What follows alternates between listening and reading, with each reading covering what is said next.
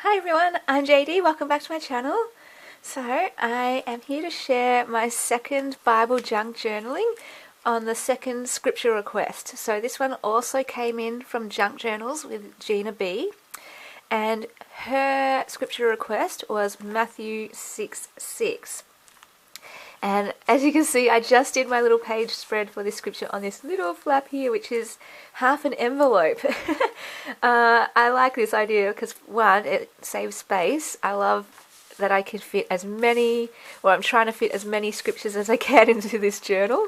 And then the scripture, it's kind of relevant to this, how I've done it, because, well, I'll read the scripture first and pull out everything in it. So, the scripture is, "But when you pray, go into your room, close the door, and pray to your Father who is unseen. Then your Father who sees what is done in secret will reward you." So I thought this is why I put all the journaling into this pocket here, because it's like secret journaling, hidden journaling to go with that. So that's a very intentional... Ow, Keanu just jumped on my back again. Stop that, honey. Okay. Oh, I might get him up here just to say hello. Here we go, Bubby. There you go. How are you? Good boy. Good boy. Good boy. Okay. You gonna stay there? So, hey, honey. Do you want cuddles? Hang on. Okay. Let's see if I'll hold you while I talk about this. So, what was I saying? Yeah, it was a very intentional part of this page, and junk journaling and using creativity to link the passage together, like it's creative journaling linked to the passage. Anyway, so if I pull out the tags, I have just done all my journaling on these and written a little key thought or quote here. And yeah, now I'll just share about what I kind of got out of the scripture, my reflections on it, and how I thought God was speaking to me. And yeah, so basically the first thing that I kind of latched onto was this word reward, because I just had this gut reaction, which I've always had whenever I've read this scripture, to that word, and it's just this reaction of no reward. Or that's like just a negative reaction to that word. And I think that comes down to, yeah, I'm not looking for a reward. And whatever it is, like I'm thinking of even like riches, like people could be looking for riches or something, or lots of blessings, or all that kind of stuff. Of course, in this scripture, it's more talking about getting praise and glory and recognition.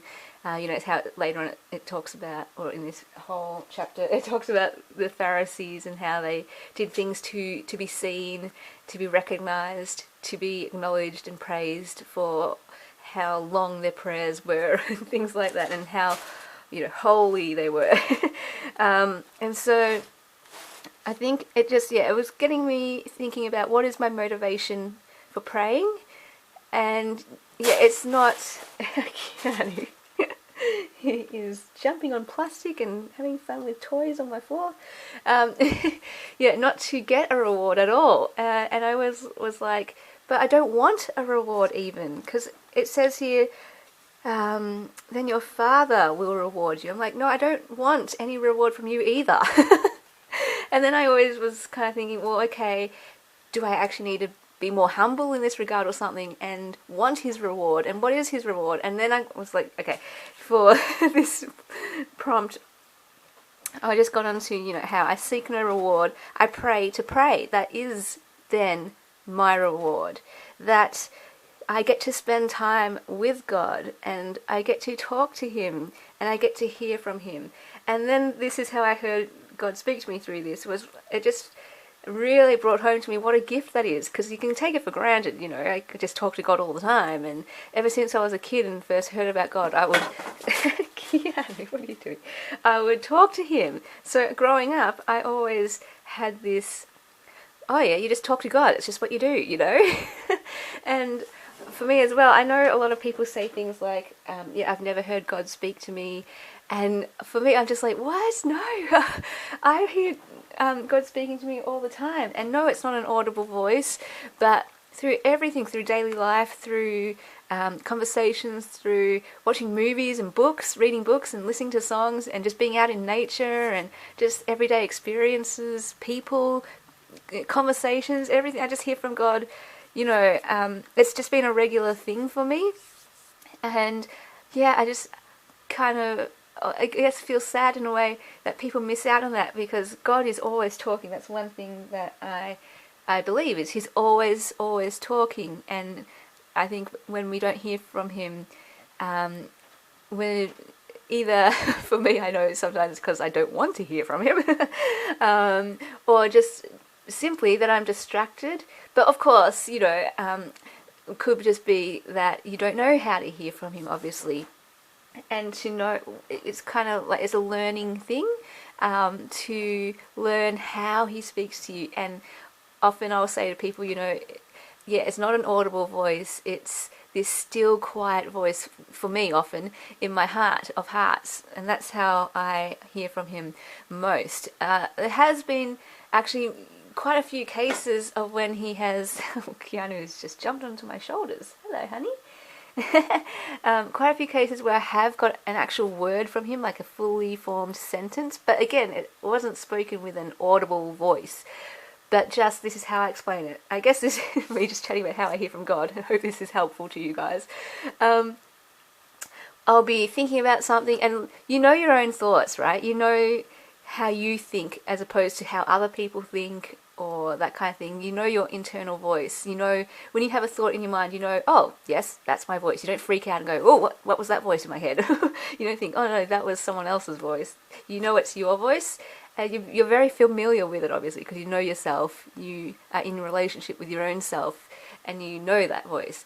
So sometimes when I'm just, thinking through something or asking God for Him to speak to me, I'll hear, I'll just get a sentence in my mind, and He will speak to me that way. And the way I know it's Him is because it's like a thought that I would never have. So when this thought pops into my head, I'm like, where on earth did that come from? That wasn't me. And another way I know is because often the thought is something that is like the complete opposite of the things that I'm thinking, or it's some sort of knowledge that I don't have myself. So I'll give us an example.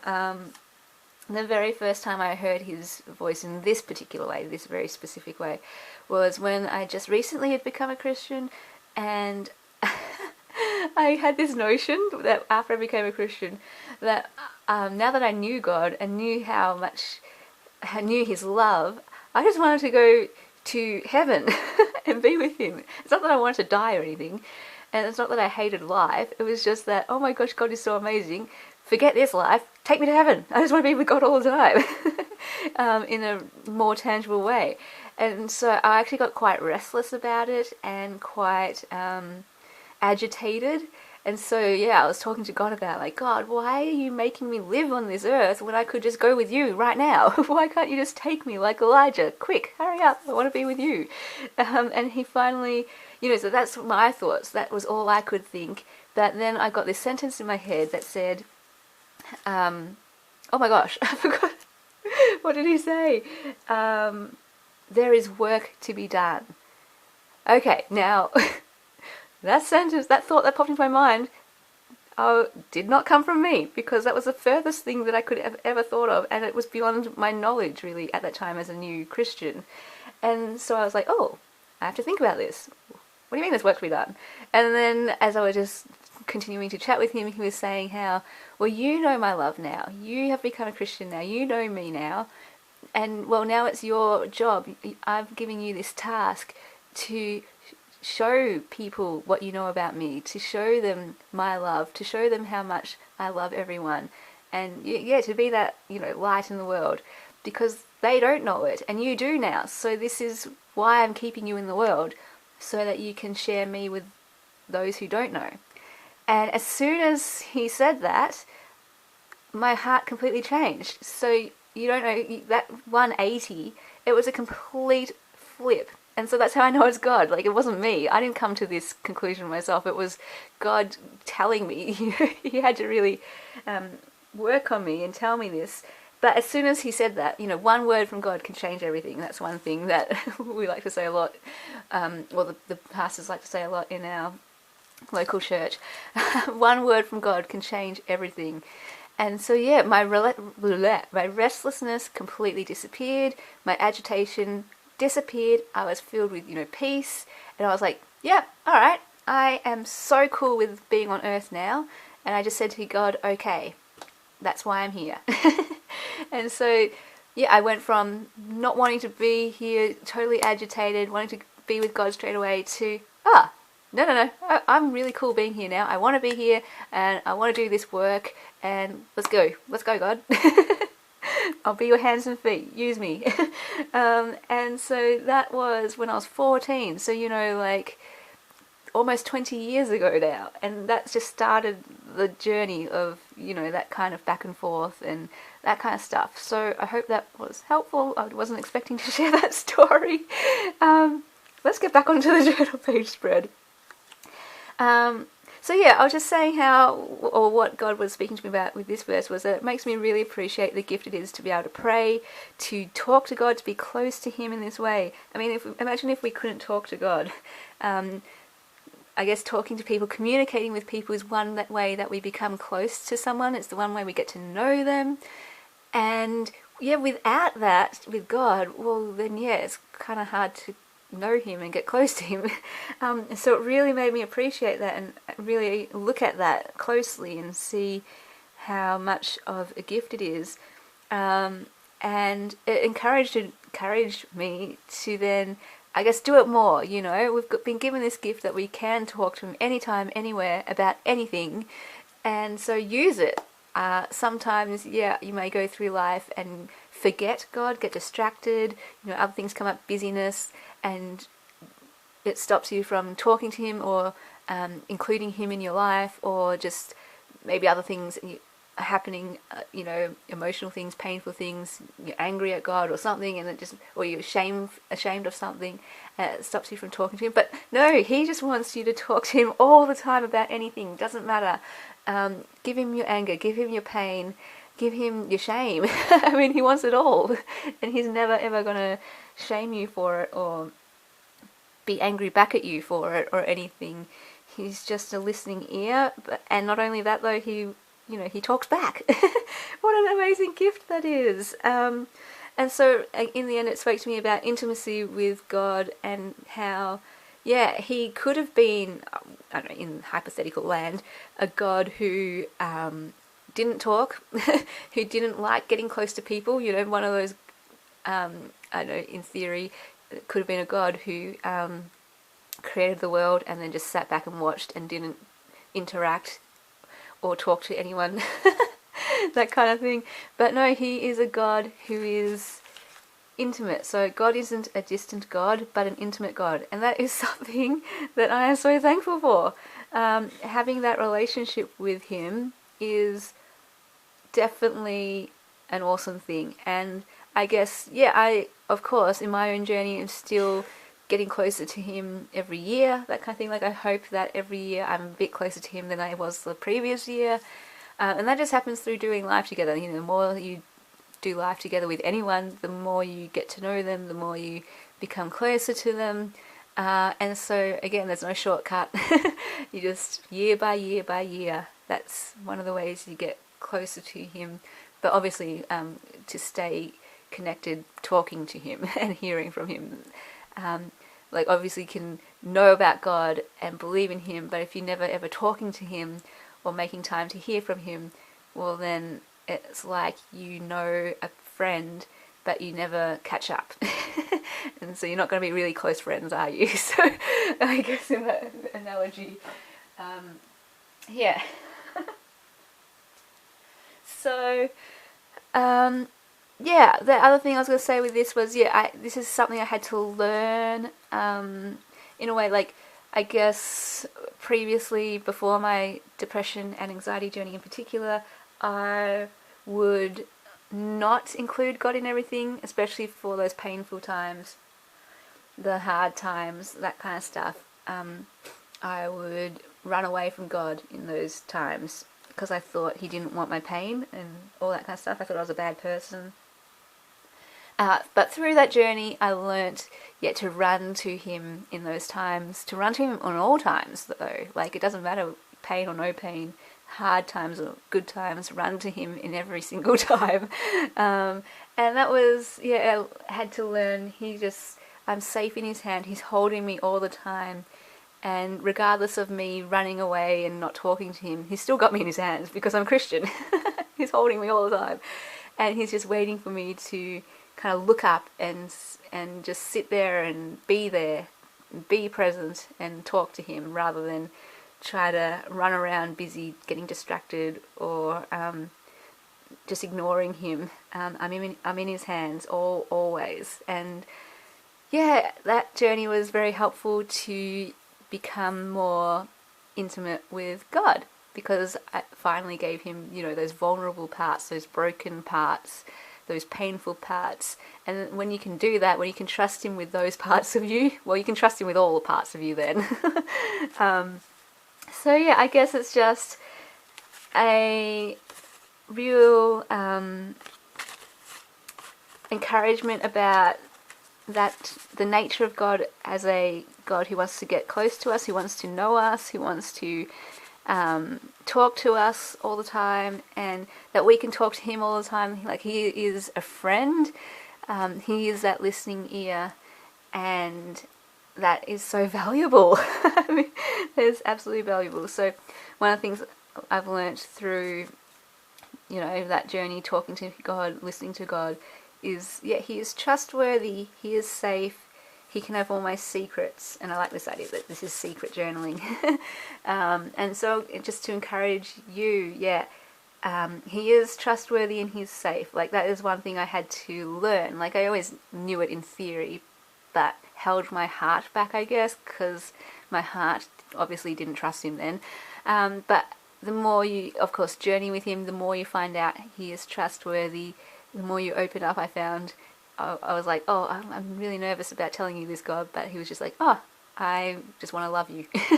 I just want to love you. Even you told me this thing that you're scared to tell me, but I just love you so much. And I was like, okay, well, so then it was easier the next time to bring him whatever I was scared to tell him. And then the next time it was easier and easier again, to the point where it's just like normal now, if that makes sense. And not to say I'm totally perfect in this journey. Like, there's still times when I will draw back or will not give something over, or but just encouraging over time. There's no, like, I used to beat myself up about that kind of stuff, like, I'm not at the level that I think I should be yet, or whatever. But now I'm just like, no, he is totally fine wherever we are on our journey, however far, like 1 step in, 100 steps in. He's totally fine, because he's, the eternal God. He's in no rush. And it's often me who's just like rushing and trying to get to the end goal of total intimacy with God. But he's okay with me having doubts and having fears and having trust issues. He's okay with all of that. He doesn't get angry at me when I don't trust him. He's just like, hey, let me just keep proving to you that I am trustworthy. Let me just keep showing you.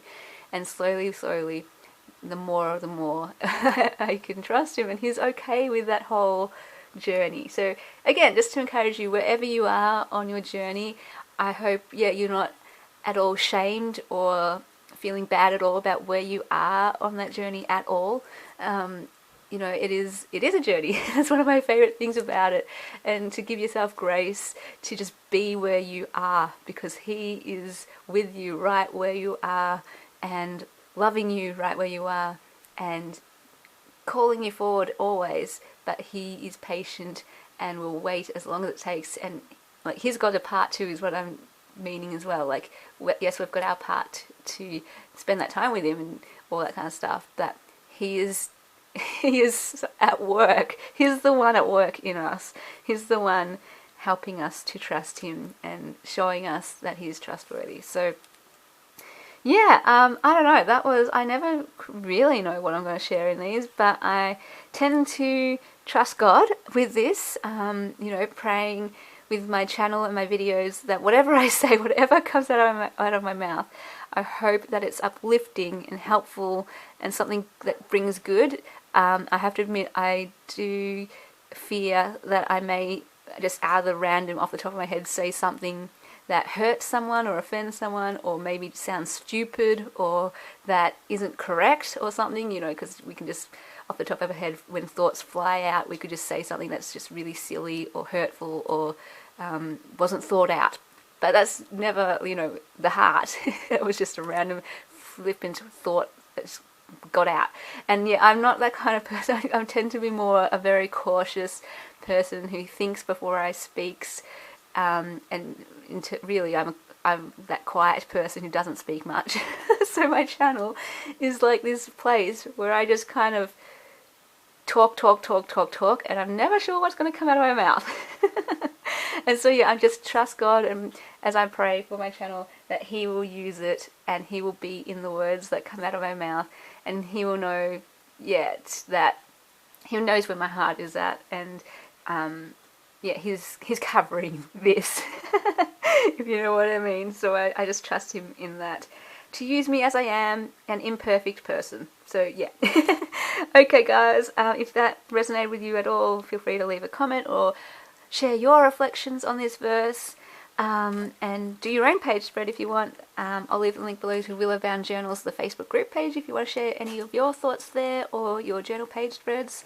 That's where everyone else is sharing their thoughts too. I think I'll share it on Patreon as well. Some of you on Patreon, I think, are part of the Facebook group page, but some aren't, so I can always share them there as well. This side is for the third scripture, and I'll tell you what it is now in case anyone wants to join in with it. It is Proverbs 3, 5-6. So I'm really excited about that one, because that scripture was probably the very first one that spoke to me when I became a Christian. So that one was a big guidance one for me, which is what the scripture is about, really. So have fun with that, and I will have fun with this. I would do my best to do a junk journal with me page on this that I'll put up for patrons only on Patreon. Then I'll come back when it's finished and share it on my channel.